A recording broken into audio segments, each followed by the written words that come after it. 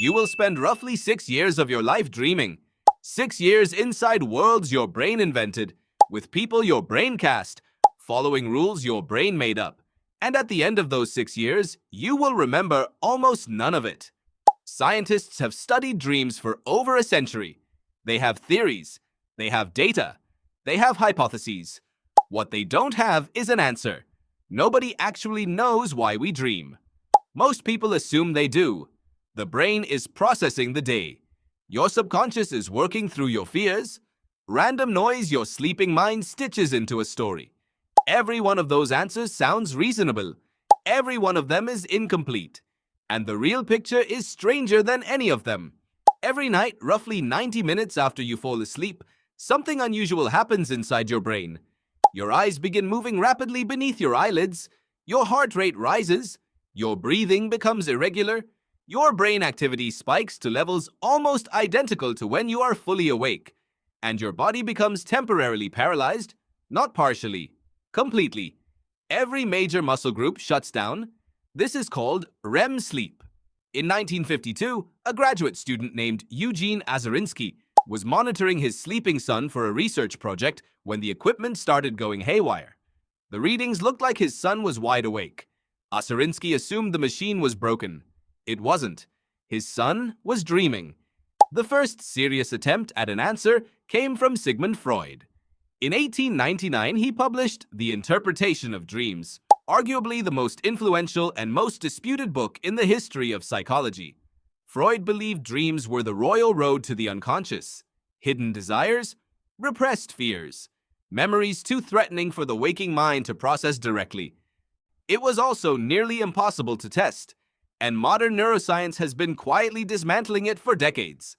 The leading theory today looks nothing like Freud's.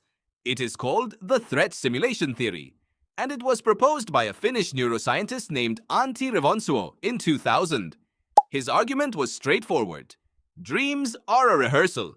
For millions of years, your ancestors faced genuine life-threatening dangers every single day. Predators, hostile strangers, environmental disasters. And Revonsuo noticed something. The content of dreams is overwhelmingly negative.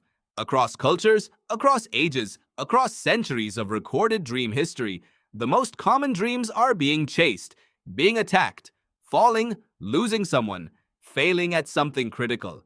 Not pleasant strolls, not peaceful scenes. Threat after threat after threat.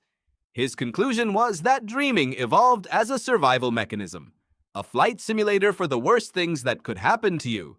Every nightmare you have ever had was your brain running a drill, keeping the responses sharp, making sure that when something truly dangerous arrived, you were not facing it for the first time. But that's only one theory, and honestly, the debate doesn't stop there. Another leading hypothesis says dreams are about memory.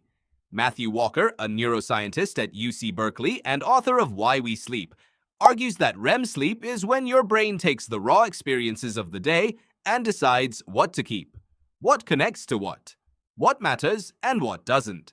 In his view, dreaming is not rehearsal, it is editing. Your brain is building the version of your past that you will carry forward. And the emotional charge of dreams, the reason they feel so real, so vivid, so urgent, is because emotion is exactly how the brain tags something as worth remembering. Both theories might be right, they might both be wrong. Because here is the part nobody talks about. We still cannot fully explain the experience of dreaming itself. We can measure REM sleep. We can track brain activity. We can map which regions light up. What we cannot explain is why any of it produces a subjective experience at all. Why, when your brain runs these processes, there is something it is like to be inside them. Why it feels like something. Why there is a you standing in a place that doesn't exist, talking to people who aren't there, believing completely that all of it is real. That question sits at the edge of something much larger, something neuroscience has not solved and may not solve for a very long time. Why does the brain produce experience at all? Not just in dreams, ever. Every night you close your eyes and disappear into a world your brain builds entirely from scratch. You live inside it completely. You believe it without question, and then you wake up and call it just a dream. Just dreams.